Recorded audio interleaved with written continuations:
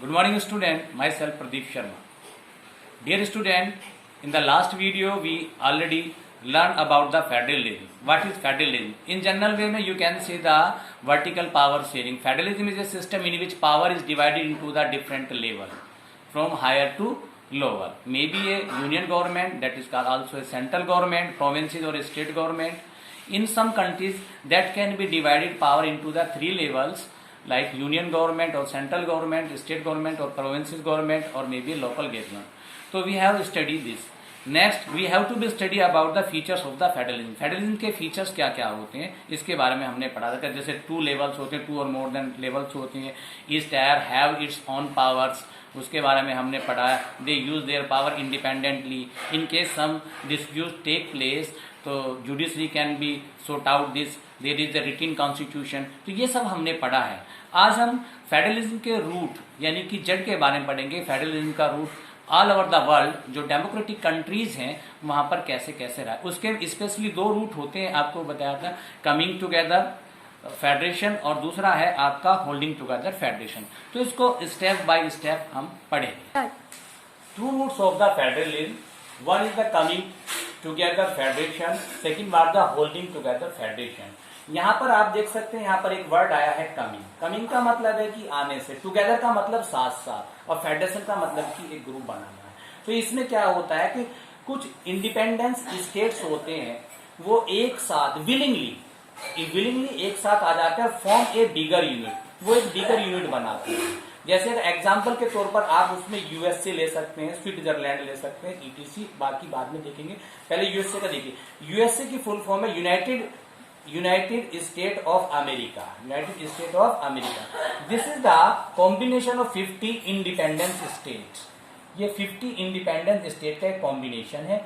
50 independent states, they are independent using their power, they are equally use their power, but they pull the sovereignty in concern to make a remarkable security or increase their power. They come together and form a federation. तो आप इसको बोल सकते हैं कि इसमें willingly independent state एक साथ में आते हैं और सिक्योरिटी कंसर्न से और पुलिंग द सोवर्निटी वो जो एक बिगर यूनिट बनाते हैं. ऐसी कंट्री के रूप में आप स्विट्जरलैंड और यूएसए को आप ले सकते हैं. अब सेकंड में आप देखिएगा holding together federation. Holding together federation क्या होता है? ये लार्ज कंट्रीज के बेस पे लीजिएगा.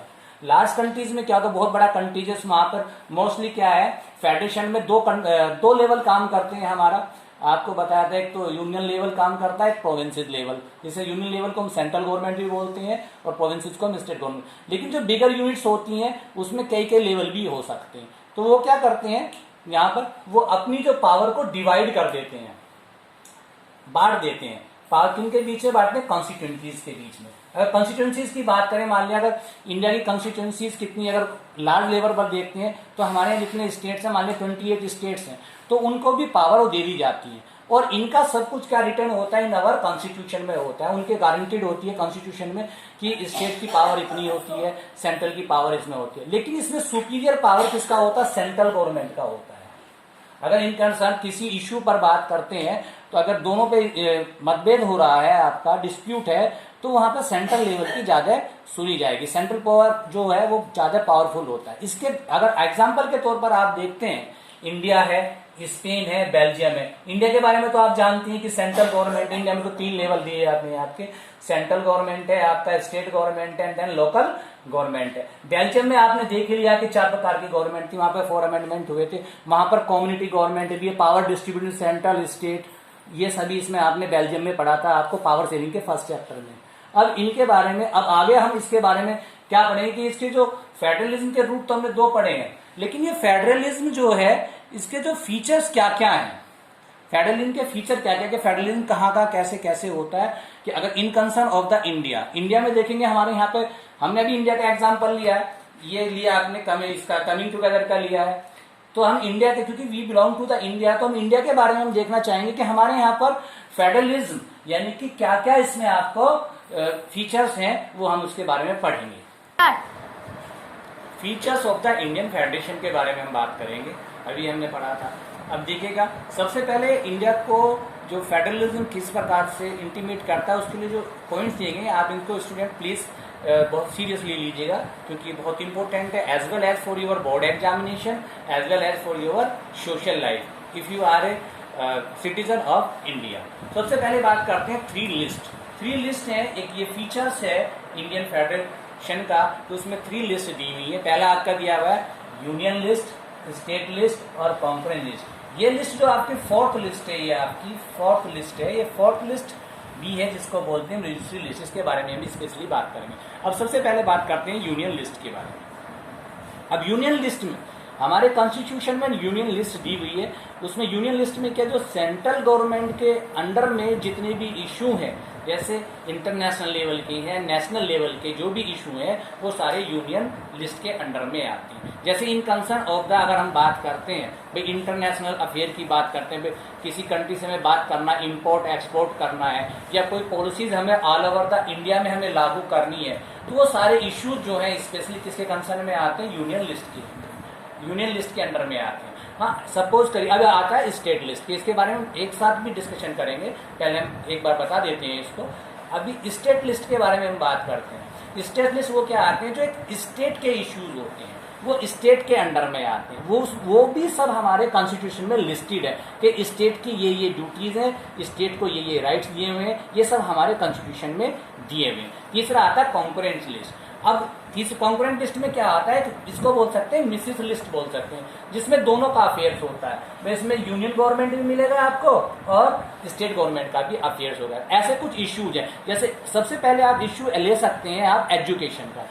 एजुकेशन इशू की बात करते हैं, education all over the India भी बात करते हैं कि हमारा एनसीईआरटी की बुक को सब जो है प्रिस्क्राइब करते हैं कि एनसीईआरटी की बुक ही सब जगह पब्लिश होगी और वो ही बच्चों को पढ़ाई जाएगी। इन कंसर्न में इसमें जो स्टेट गवर्नमेंट जो है ऐसा कोई डिसीजन नहीं ले सकता कि बोला आंध्र प्रदेश की स्टेट बोले कि नहीं मेरे यहाँ पे जो ये सिलेबस चलेगा, मैं तो अपने यहाँ का बच्चों को ये वाला सिलेबस पढ़ाऊंगा। ऐसा नहीं कि यूपी गवर्नमेंट बोले उस कंसर्न में, लेकिन हाँ दोनों का मिलजुल के काम होता है। तो इसमें यूनियन गवर्नमेंट और ये जो आपका स्टेट गवर्नमेंट दोनों के इशू हैं। दूसरी चीज, ऐसे बहुत सारे इशूज हैं जिससे कि नेशनल यूनिटी को भी खतरा हो सकता है, तो उस पर भी यूनियन लिस्ट और कॉन्करेंट लिस्ट को दोनों को करना पड़ता है, एक साथ लेना पड़ता है डिसीजन। उसमें ऐसा नहीं है कि स्टेट लेवल पे ही अपने आप को मान लिया जाए कि नहीं मैं तो ये पॉलिसी लागू करूंगा। जैसे एग्जाम्पल के तौर पर आपको बता देते हैं, पोखरण राजस्थान में है, वहां पर न्यूक्लियर वेपन का हमारे यहाँ पर एक्सपेरिमेंट किया गया था 1974 में, पहली बार किया गया था न्यूक्लियर वेपन का। अगर राजस्थान गवर्नमेंट उस समय ये बोलती कि मैं तो अपने यहाँ पर जो न्यूक्लियर वेपन का जो एक्सपेरिमेंट नहीं करने दूंगी, क्योंकि न्यूक्लियर वेपन से बहुत सारी हार्मफुल डिसीज होंगी, स्किन डिसीज होंगी और बहुत सारे इम्पैक्ट पड़ेंगे, तो वो मना कर देती, तो फिर कहाँ करते। नहीं, ऐसा नहीं है, क्योंकि ये इशू क्या नेशनल लेवल का इशू है, तो उसमें स्टेट गवर्नमेंट की जो पावर कम होती है, यूनियन गवर्नमेंट की ज्यादा होती है। तो कॉन्करेंट लिस्ट में ऐसे इशू आते हैं जो दोनों के इशू में। अब आता है स्टेट गवर्नमेंट की बात करते हैं। स्टेट गवर्नमेंट में ऐसे इशू आते हैं, कुछ टैक्स ऐसे होते हैं कि स्टेट गवर्नमेंट उसको अपना लगा भी सकता है और हटा भी सकता है। दूसरा, कुछ पॉलिसीज ऐसी होती है। पुलिस के बारे में बात करें, पुलिस का जो रोल क्या है, पुलिस को भर्ती करना, पुलिस का देख रेख करना, किसी के साथ एक्शन क्या लेना है स्टेट में, तो वो सारा इशू किसका है, वो आपका स्टेट गवर्नमेंट का। उसमें सेंट्रल गवर्नमेंट कोई उसमें इंटरफेयर नहीं कर सकती। अब आता है लास्ट वाला, आपका आता है रिड्यूसरी लिस्ट। रिड्यूसरी लिस्ट में क्या आता है, जिस समय कॉन्स्टिट्यूशन बना था उस समय ऐसे यूनियन लिस्ट वाले इशू भी थे, स्टेट लिस्ट वाले भी इशू जो उनके समझ में आया था कि उस समय कंडीशन के अनुसार उन्होंने बनाया, और कॉन्करेंट में भी उन्होंने कहा कि जो पूरा सबके लिए एक जैसा हो, कि दोनों का इन्वॉल्वमेंट हो, वो भी थे। लेकिन कुछ इश्यूज, कुछ डेवलपमेंट ऐसे हुए जो बाद में हुए, और उनमें बहुत सारी क्रिमिनल एक्टिविटीज भी होने लगी या उसको गलत तरीके से भी यूज किया जाने लगा, तो उसके लिए रूल और रेगुलेशन बनाना कॉन्स्टिट्यूशन में जरूरी हो गया था। तो ऐसे इश्यूज को हमने रिड्यूसरी लिस्ट यानी कि 4th नंबर की लिस्ट में डाला। इसका एग्जांपल आप दे सकते हैं, उस समय हमारे यहाँ पर ये जो आपका इंफॉर्मेशन टेक्नोलॉजी में कंप्यूटर, ये जो आप देख सकते हैं आज की डेट में इंटरनेट सुविधा या मोबाइल टेक्नोलॉजी की बात करें या आपका कंप्यूटर टेक्नोलॉजी की बात कर रहे हैं इसमें, तो वो नहीं था। तो आज देख सकते हैं कितने साइबर क्राइम्स हो रहे हैं इसके बेस पर, तो वो उस समय नहीं था। तो उसके बारे में अब रूल और रेगुलेशन बना था। ऐसे इशू जो उस समय नहीं थे, इस समय कॉन्स्टिट्यूशन बना था, तो वो सभी इश्यूज को रिड्यूसरी लिस्ट में हमने डाल दिया है।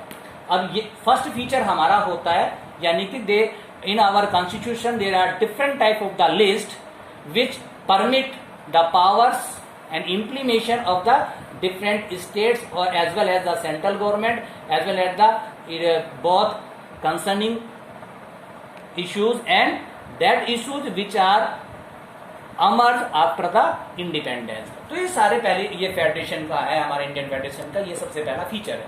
अब सेकंड फीचर देखते हैं, special status to some states.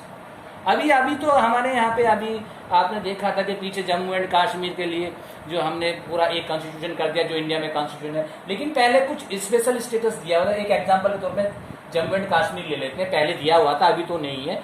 पहले जम्मू एंड कश्मीर का एक अलग से कॉन्स्टिट्यूशन था. They have the different constitution as concern of the India, but nowadays it going to be same.